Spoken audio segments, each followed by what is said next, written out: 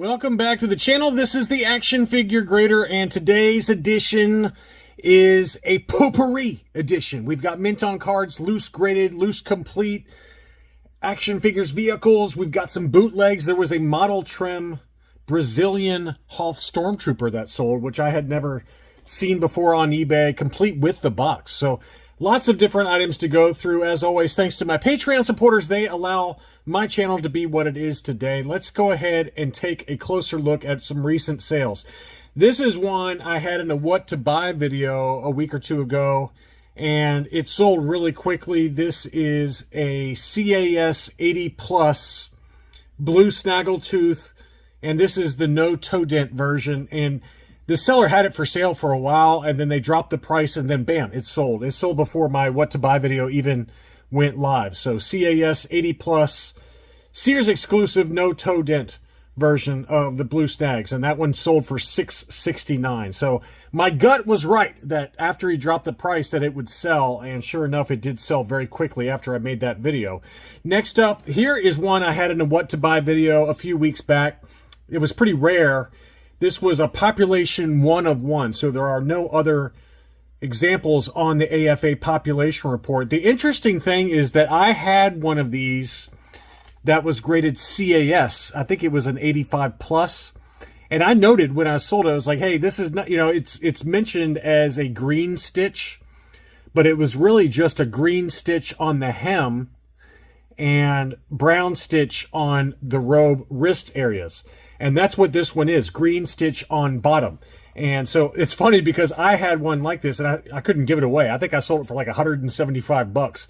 And admittedly, it was a CAS 85 plus. It wasn't an AFA. But, whoever bought that from me, you might want to break it out and send it into AFA based on this result here. This one sold in an auction for $612.50. It's exactly the same as the one I have, I think. I know the robe is the same. It's a green stitch on the hem.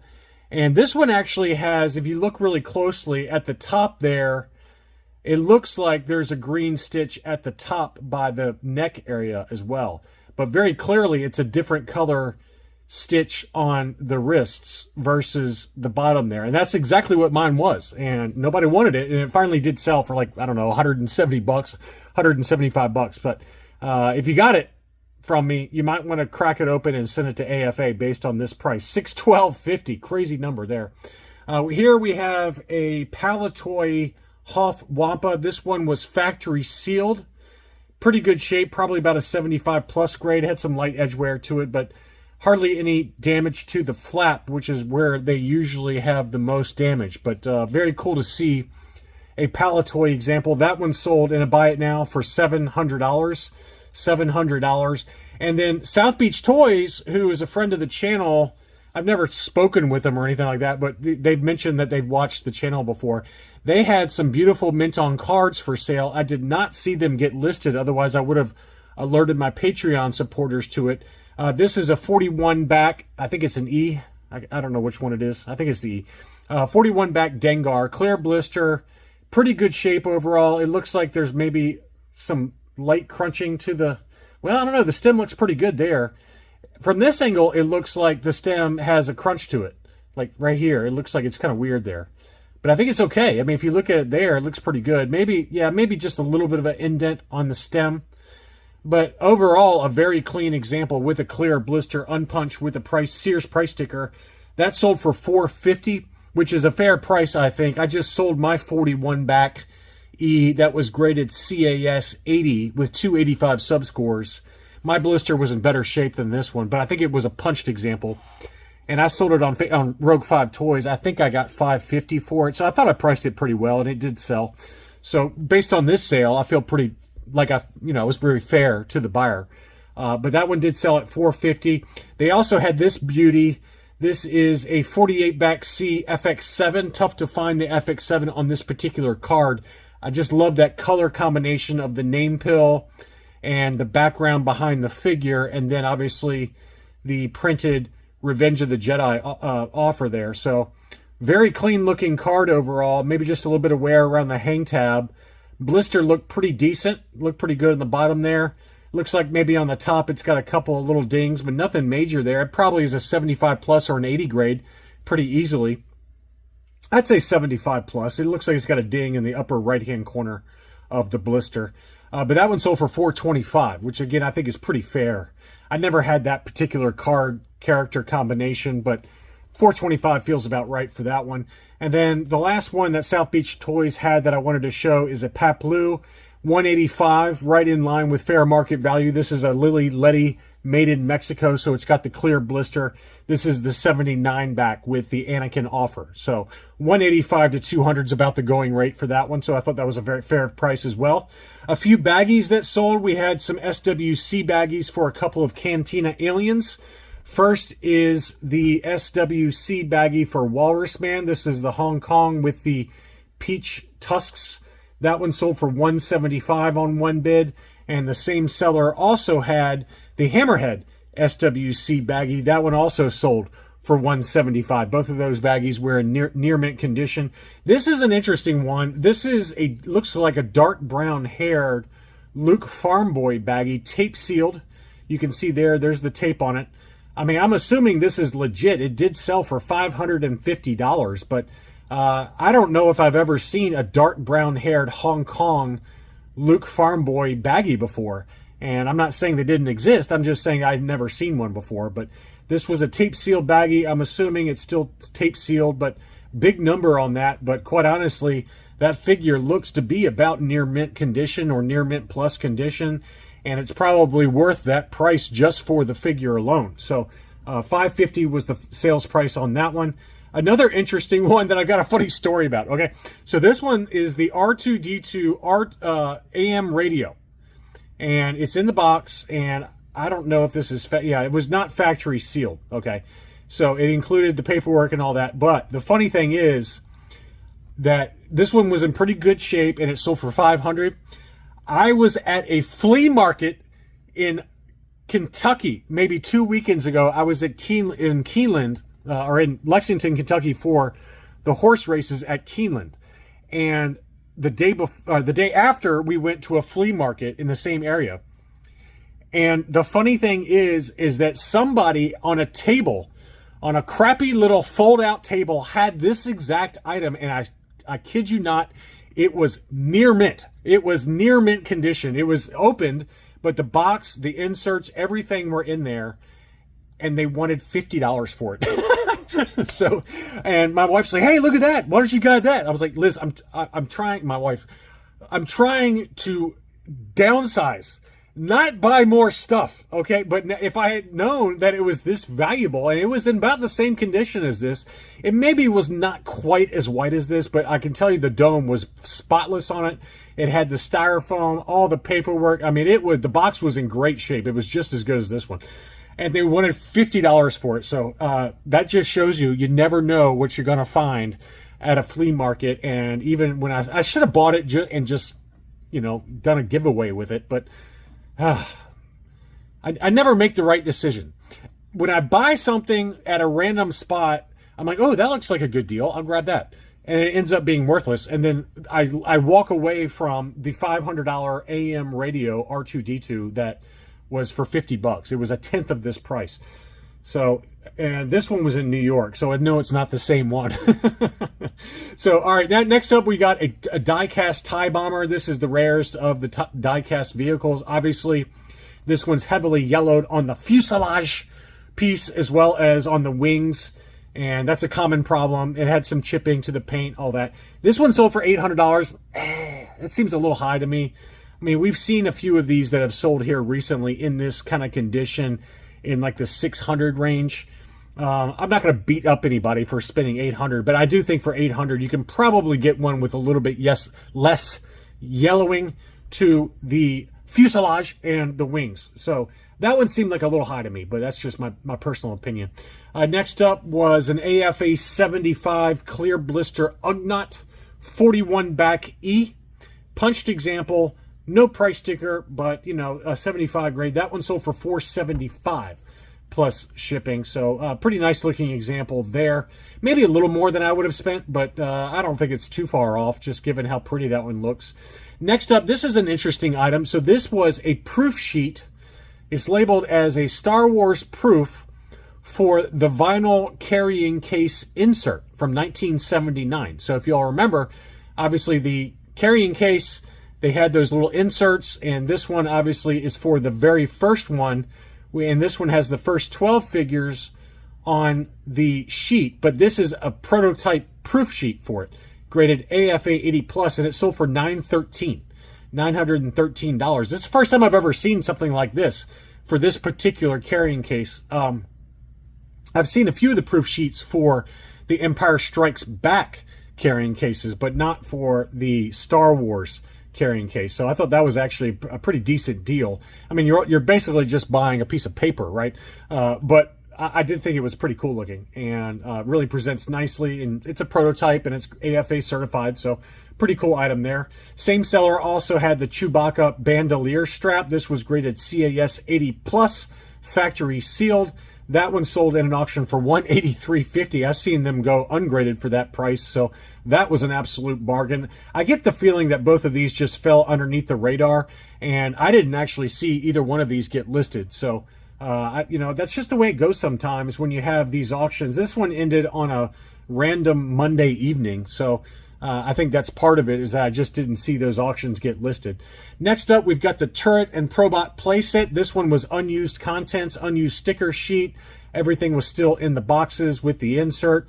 That one sold for $310.77. The box was not in the greatest shape, but not in the worst shape either, but it was unused contents, $310.77.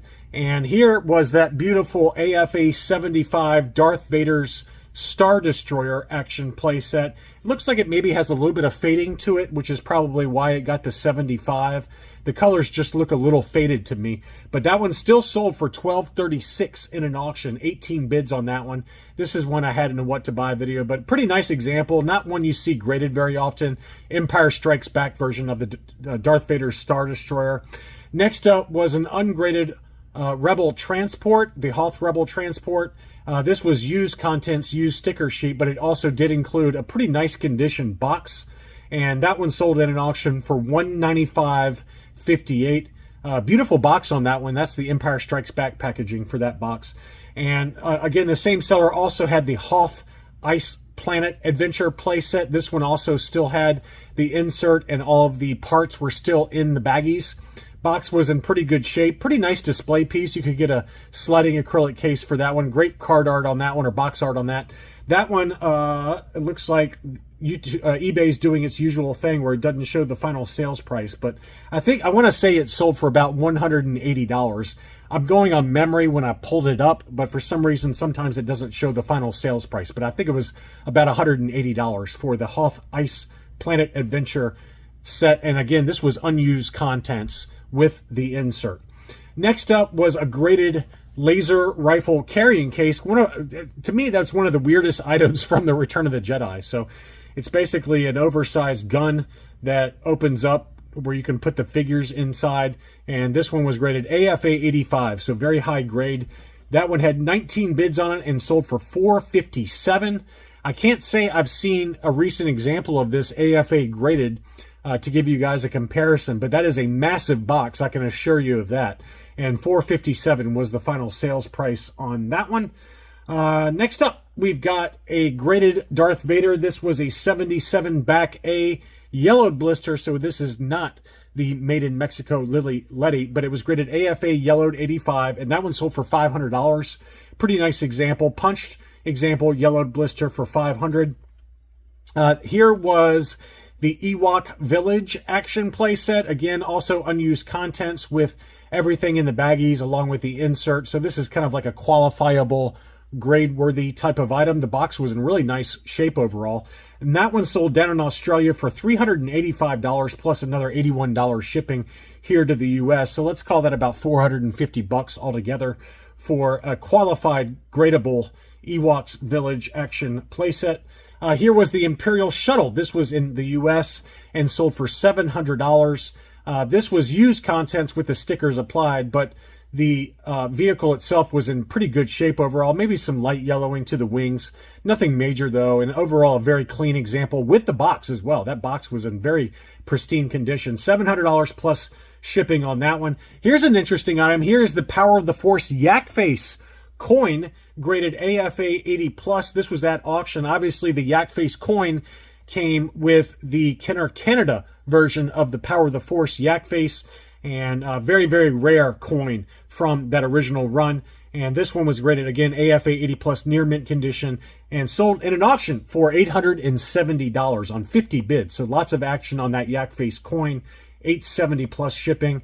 Here was a beautiful Power of the Force Jawa, unpunched, no price sticker, very, very clean. I think this one would grade very well. It looks to be in great condition, probably an 85 or at minimum maybe an 80 plus, but to me it looks like an 85 grade. And it sold for a big number. It was down in Australia, 995 Australian dollars, which is 640 US dollars. But you know, if you sent that one in to be graded, I'm almost positive that thing gets an 85 grade. Absolutely stunning. It looks case fresh to me. Next up, here's an interesting one. This is a Argentinian Top Toys Stormtrooper, but you got to be careful when you're buying these because these blisters are not well sealed to the cards, and sure enough, this one popped off. The seller was kind enough to show that the blister had popped off of the card and was peeling off. It was graded AFA 80, but obviously those grades are no longer applicable given that the Stormtrooper and the blister has started to peel away from the card. It's just a common problem. It's a factory defect with these Top Toys Argentinian figures. These are factory-specific figures without foot pegs. They're very specific to the Top Toys factory. Very desirable items, but just be aware if you buy these mint on card that you run the risk of the blisters peeling off the card. The Stormtrooper and the Darth Vader are the most common. There's also the Logray and I believe there's a Chief Chirpa, don't quote me on that, and then a Chewbacca. I think those are the main ones. The harder to find ones would be obviously the Luke Jedi and the Yoda. Those two are particularly very, very expensive, even loose complete. The Yoda loose complete can set you back several thousands of dollars. The belt is very fragile and is known to break on that. So the Top Toys Argentinian Yoda is kind of a holy grail for the Top Toys collectors down in Brazil. But anyway, this one was obviously, no longer grade applicable and sold for $307, which is about what a Top Toys Stormtrooper would sell for loose complete with the blaster. So that was a pretty decent deal for just kind of a nice presentation piece, assuming that it makes it to you safely. Finally, here was another South American item that I wanted to show you. This is a Brazilian model trim bootleg. These are made out of solid lead. They are very, very fragile, and they're heavy figures, obviously, since they're made out of lead. And they came in these weird square boxes or rectangular boxes. So this one was advertised as complete. It looks like the weapon has some broken bits on it, but they're known to the paint will peel off of these. I would not eat the paint chips on these, okay, because it's lead-based paint, because you got lead figures, and but they're still very, very rare and very desirable. There's a whole subset of collectors in the hobby that all they collect are the model trims. Patsy P is a pretty well-known collector. He's got the full run for these, all of them in near mint condition. But this one sold in the U.S. for $495. I have no idea if that's the correct box that goes with it or not, but that figure is pretty cool looking. It's just kind of an oddity that I thought I'd show you guys since you don't see these very often on the channel. That's all I really have for this episode. I hope you enjoyed this look at recent sales on eBay. Please be sure to leave me a like if you enjoy my content. Thank you as always for watching, and I'll be back soon.